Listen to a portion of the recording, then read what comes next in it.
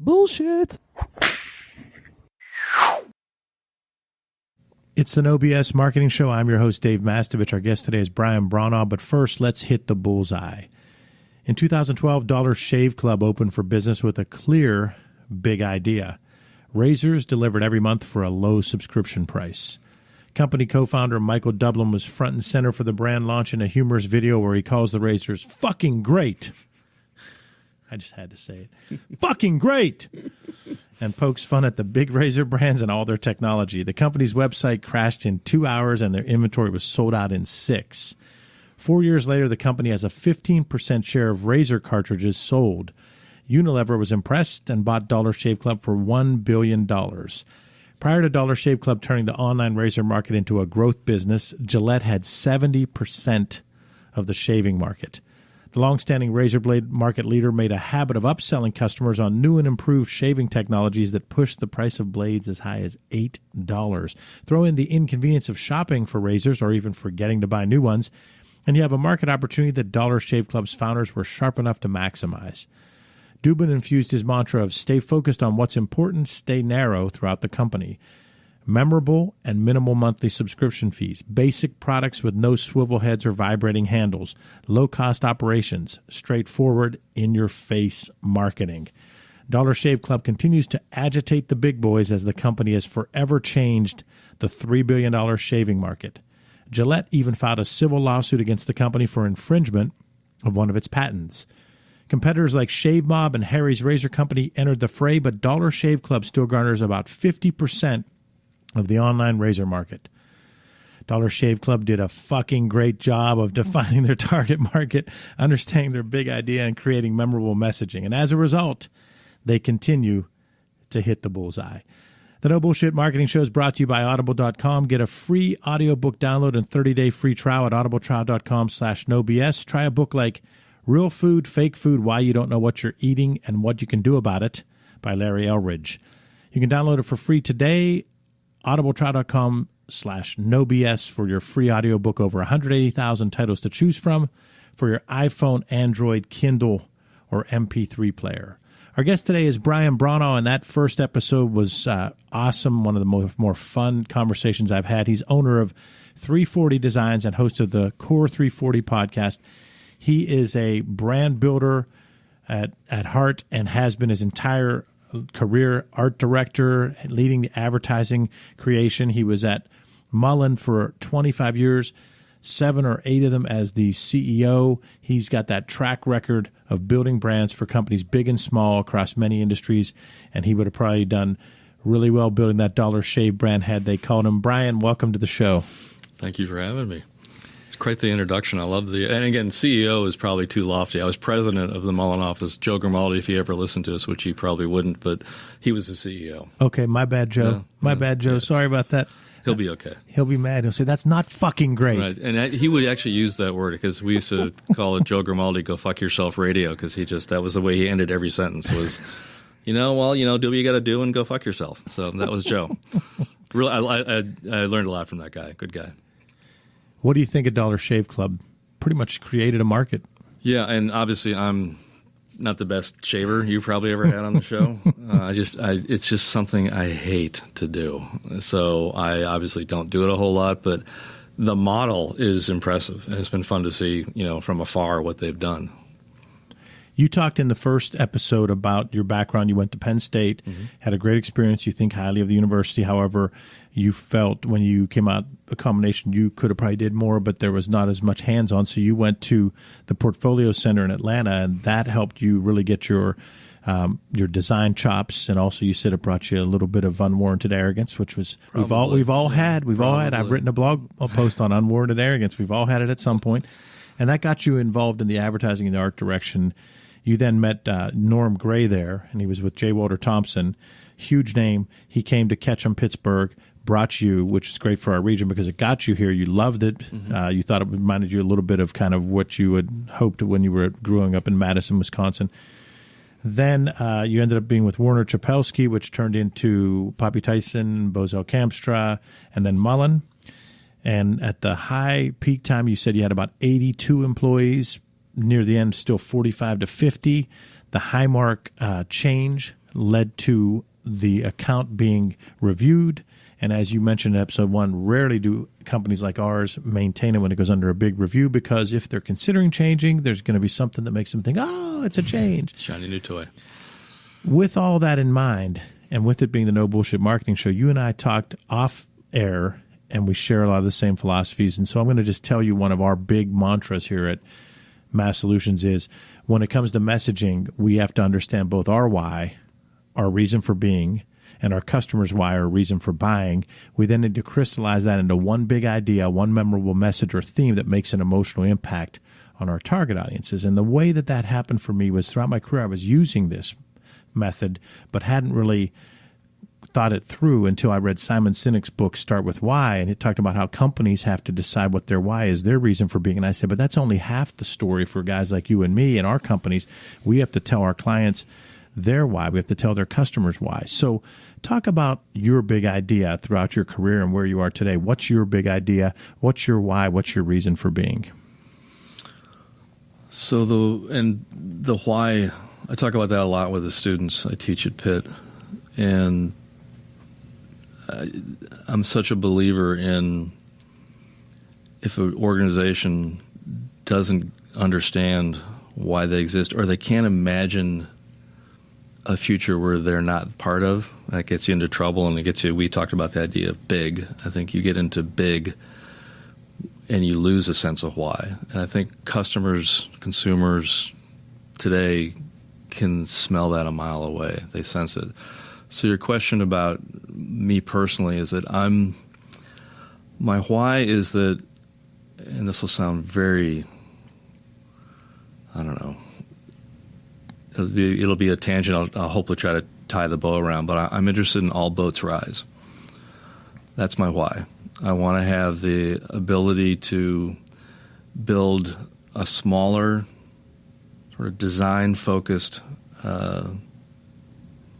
company, but I want to partner with organizations around town that I feel are really good, sometimes complementary or a dovetail. Sometimes there may be some overlaps, but I'm not interested in big. I'm interested in having the ability to work with a ThoughtForm, work with a Bally, work with a Brunner, Garrison Hughes. I mean, whereas before the model would be, we just have to own everything. We have to get everything under our roof, and if we don't have it, well, we'll build a discipline dedicated to that. And I don't want to.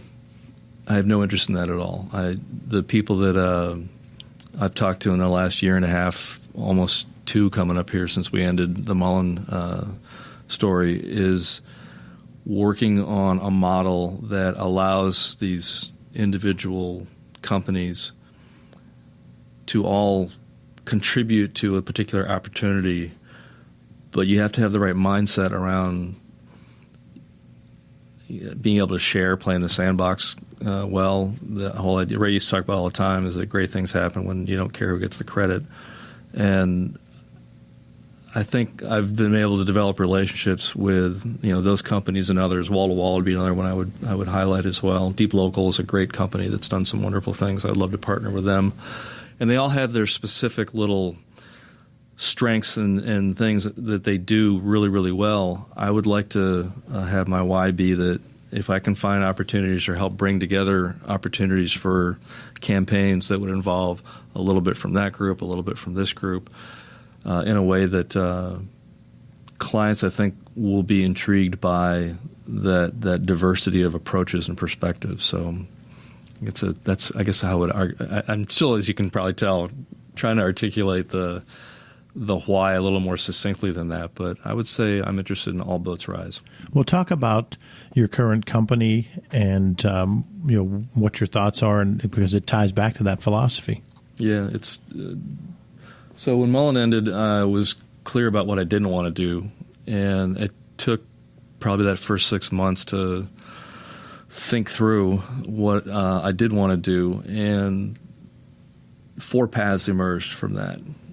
One is the company that is mine, and I'm the chief cook and bottle washer of this company. It's that's just my LLC that allows me to then get in the door with certain prospects or clients, and primarily, like I said, more on a strategic consulting basis, but even some design things I've started to do with some companies as well. That's what 340 is. And the other path that kind of revealed itself was the teaching path. I mentioned I teach at Pitt, so I'm doing adjunct work at Katz School of Business, and just immensely enjoyable. I mean, being around a campus environment and being able to access students' minds, perspectives. I mean, every marketer in the world wants to have access to those minds and those perspectives, and I get the chance to teach them. So that seemed like a no-brainer kind of thing. And then the acquisition, which I mentioned, which I would tell you, but I don't want to jinx it. So I understand. It's been like a year-and-a-half process. It's probably the worst-kept secret in Pittsburgh, but I'm looking to make the acquisition through the LLC of a small design firm here in Pittsburgh that will give me a base of talent and foundation to then go partner with those people I just talked about. And the last thing is the same thing you're doing. I mean, the ability to talk to people in this medium of podcasting. You know, we started ours in August, I think, of last year. And it was really tethered around this idea of craft. I'm really interested in how people have honed their particular craft. And it's just, as you well know, it's fascinating to listen to people talk. And I love the medium because it allows you to work through something, and it's not so scripted. And I love that ability to, maybe I'll change my mind on this approach because you're convincing me differently. And it's not sort of this, I don't have a set agenda when I talk to anybody. I just want to be able to understand the paths they took, the paths they didn't take. And then eventually it may lead to, like I had a woman from Public Source on last week, and the dialogue around what's going on in the media today was fascinating, right? It's particularly apt what's been happening in the last year. So those kinds of things are great substance. They're food that you can nourish yourself from a creative standpoint. So yeah, the LLC, teaching, the acquisition of the design firm, and the podcasting have been the four paths that have been revealed, at least for now. And, you know, if you have me back on in a year, maybe there'll be a fifth or sixth, or I'll have dumped two of them. Who knows? But I definitely want to keep pushing. I mean, Ray Werner always talked about you don't retire, you refine. And I think that's the thing that I'm trying to work on, is just refining these paths and exploring them in the best of my ability. You don't retire, you refine. I love that because that's his saying. I wish I could take credit for it. I was at lunch today with someone, and I was saying, like, what's it going to be like 20 years from now for us, you know, but I think nowadays people are just living their passion. If you're a creative problem solver like you are, and like I'd like to think I am, there's value in that at any point. So it's absolutely cool to see people 70, 75, 80 that are still making a difference. And back to sort of the unwarranted arrogance thing from earlier in their careers, I would look at people like that and go, they can't contribute. And maybe it's perspective as you get closer to that time frame, you go, well, maybe I can contribute. And of course I was just being a punk. But you think about what's going on in this marketplace, and I'm sure it's true in other marketplaces too, but there are people that have been in the business for a while, such as yourself, me. I know of at least 4 or 5 other people that have left the construct of an agency, be it in-house or a Brunner or a Mark or a chemistry, whatever it be. And obviously Mullen, but we don't exist. There seems to be this growing desire for these experienced, opinionated, talented people to enter the discussion without that huge overhead model that is taking place. And I think clients are starting to understand, are asking for, different ways of solving their communications challenges. And they're not just looking at they're certainly not looking at the AOR model like they used to. If they go to an agency, it's probably on a project by project basis, which that's what we do on a daily basis, project by project. I think that it's easier for the kind of groups that you've created or I'm trying to create, and these other, and I guess it would be a freelance term, but I don't even look at it that way. There's this community of people now that you can tap into that will give you really good thinking and speed to market approaches that agencies are going to have a tough time evolving and adapting. I think they will. I don't think agencies are going away, but I think that there are more people that have been in those structures for a long time that are starting to look at things differently, and they can start to do it on their own or with like-minded people. The people that have to adapt, we all have to adapt constantly. I love the line about refining. Where I see the challenge is both the agency model was almost gluttonous for a period in the 80s and 90s. I don't think there's any doubt about that. So there's going to have to be still some shift in the agency model, but I believe the client side, there still are some people, maybe it's only people over the age of 50 or 45 or 60, whatever the age point is, that still believe in the pound of flesh and that still worry about how many employees you have. Like there are people that would just say to you, well, Brian, right now, you're doing this podcast and you have this LLC, but is it just you? And they act like it's a bad thing. It doesn't mean shit that it's just you. It doesn't mean you don't have 50 people nearby. People will say to me, how big's Mass Solutions? We're as big as we need to be, but we have office space here. We have office space in the central part of the state, but we're still tiny in comparison to a lot of people in sheer FTEs. Mm-hmm. But I go and get senior level people that I know, like you. I could say to you, Brian, come in under our umbrella on this project. The client then gets the two of us. Now imagine that they're getting the two of us at a price that isn't going to crush them. So the clients that are thinking that way, I believe, have to really shift their mindset, because those days are over of owning people. The owning people model that I grew up in the bureaucracy when I was a VP and I had 5 directors and they had 5 managers and we had secretaries for our secretaries. I mean, those days are long gone. I agree. And I think the more and more clients are understanding the financial aspect of what you're talking about. But more importantly, they're understanding the intelligence perspective part of that model as well. And I used to argue that it was the allure of travel, I called it, that either like local companies in Pittsburgh would go to out-of-town agencies. And my viewpoint was always, well, if we don't want that, then compete, get better. That's a big part of it.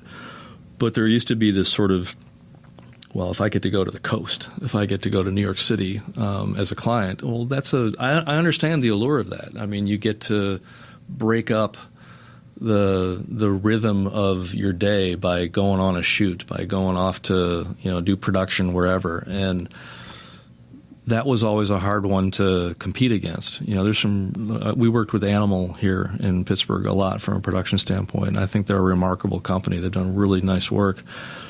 It was sometimes a struggle to sell even local clients on. Well, we need to look at this from a local perspective because one, there's a cost association. We can get more bang for our buck, et cetera, because of that allure of travel thing. I think it's a little bit of a parallel to what you're talking about, those days of sort of being high on the hog. I think that I believe that has turned already, and it has for a while. That clients are looking at, and certainly Highmark, when we had that relationship, they definitely understood that there was a good PR story to have with that.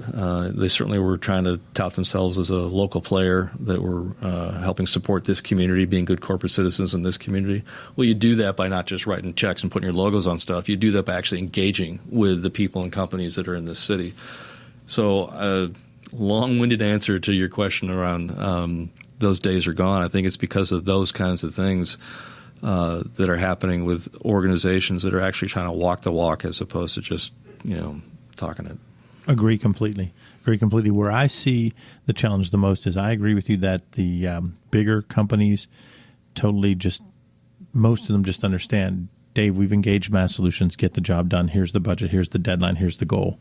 And they don't care how it's done as long as it's done ethically and morally and on budget. When you're dealing with a company that's $40 million a year in annual sales or $20 million or even $80 million a year in annual sales, they sometimes aren't quite there yet. It's easier to say I went and hired in Whedon for this. I went to Anomaly in New York to do this. I mean, it makes you, in many respects, it's lazy to do that. And again, there's some great agencies. Those two I mentioned are fantastic agencies. There's some really good thinkers and people. I mentioned Deep Local earlier, one of my favorite local, and I can't even describe it as an agency, but they work with these blue chip brands, and they're able to sell their story and compete against people that far outweigh them in terms of the FTE dialogue or the revenues dialogue that you just talked about. But you know what? They're really fucking good. And the people that are engaging with them get that. And more people, I think, are going to look to, it doesn't matter if, and actually Pittsburgh's, star is a bit on the rise now. And I think that the baggage we used to have of being from Pittsburgh is dissipated some. So companies like Deep Local and companies like Brunner and some of the agencies are in town here, I think, are being able to compete better than they used to.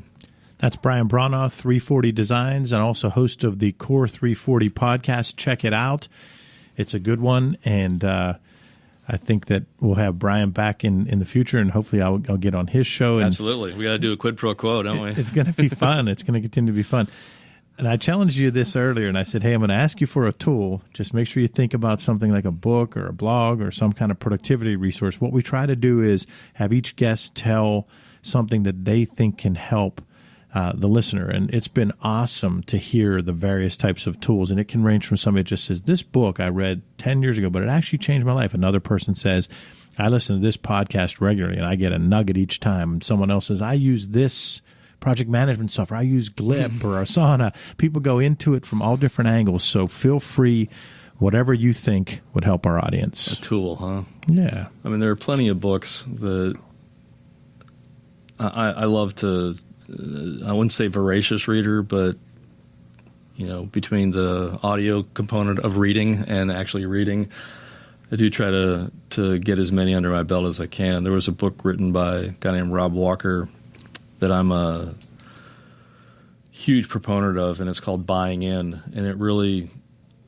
he wrote a consumerist column for the New York Times for years. And if you have a chance to check out his site, robwalker.com, like I'm shilling for him. I don't even know the guy.